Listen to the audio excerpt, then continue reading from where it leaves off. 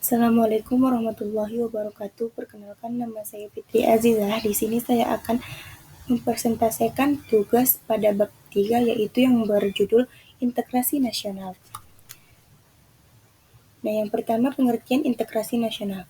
Istilah integrasi nasional dalam bahasa Inggris adalah national interaction. Interaction berarti kesempurnaan atau keseluruhan. Kata ini berasal dari bahasa Latin, yaitu integer, yang berarti utuh atau menyeluruh. Berdasarkan arti etimologisnya itu, integrasi dapat diartikan sebagai pembauran hingga menjadi kesatuan yang utuh atau bulat. Nation artinya bangsa sebagai bentuk persekutuan dari orang-orang yang berbeda latar belakangnya berada dalam suatu wilayah dan wilayah satu kekuasaan politik.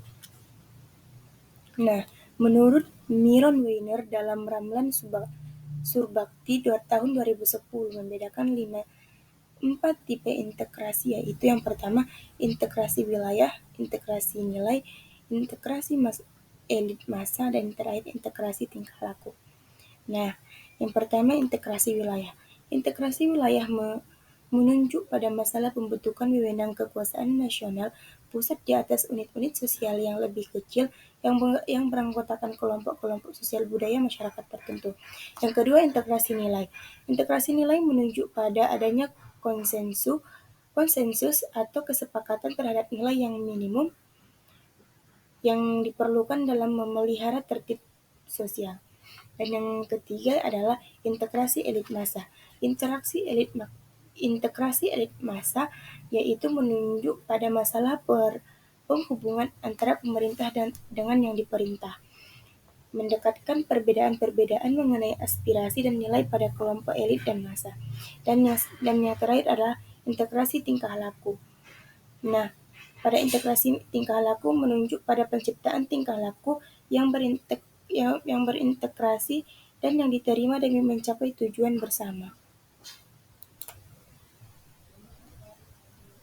Nah, penerapan P5 dalam pembelajaran pertama.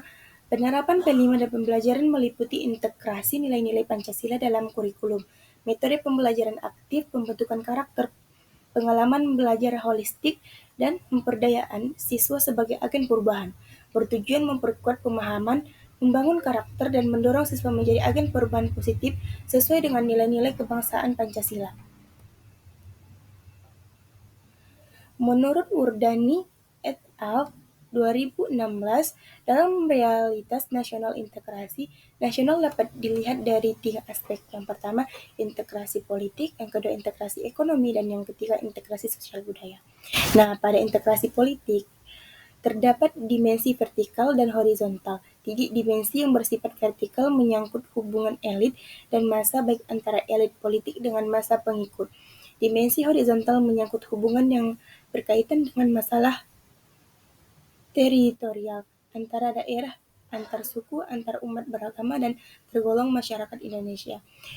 Yang kedua, integrasi ekonomi, yaitu berarti terjadi saling ketergantungan antara daerah dalam upaya memenuhi kebutuhan hidup rakyat.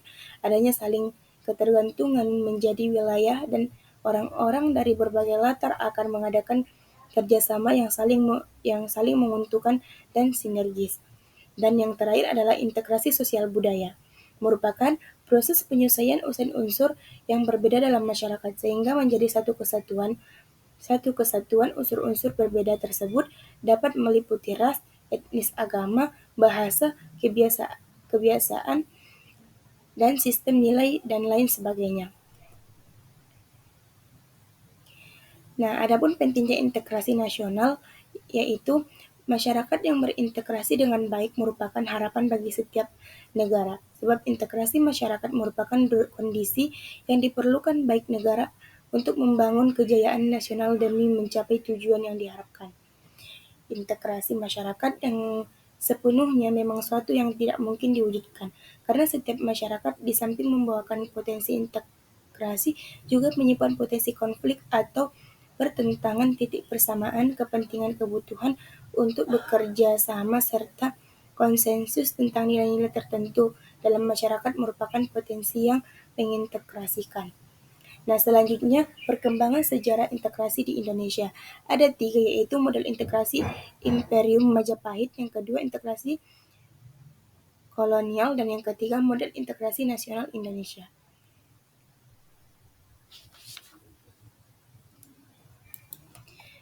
Nah, pada model integrasi Imperium Majapahit ini bersifat kemaharajaan.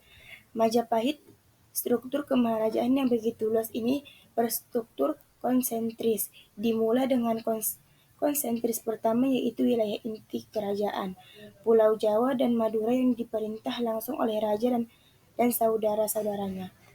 Dan yang kedua adalah model integrasi kolonial, yaitu model integrasi kedua atau lebih tepat disebut dengan integrasi atas wilayah Hindu Belanda.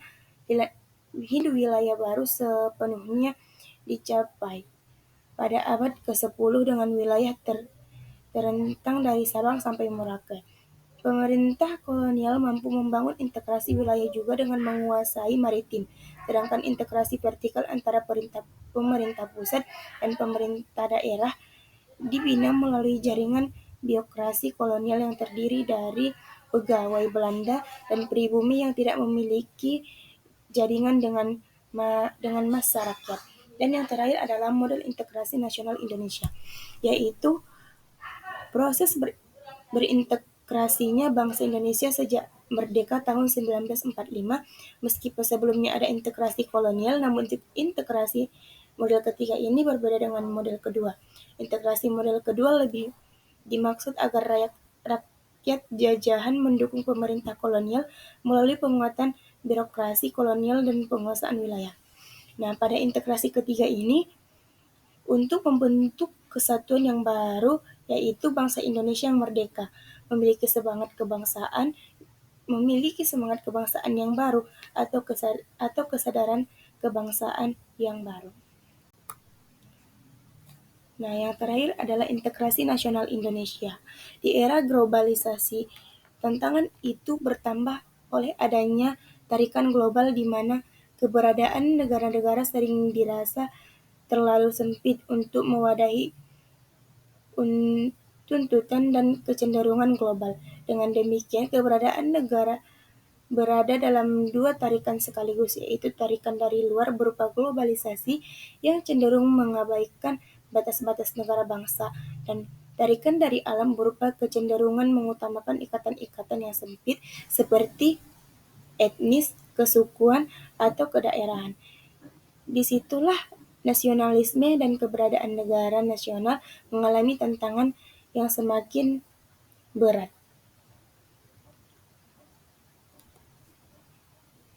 Mungkin cukup sekian materi yang dapat saya paparkan. Kurang dan lebihnya saya mohon maaf. Assalamualaikum warahmatullahi wabarakatuh.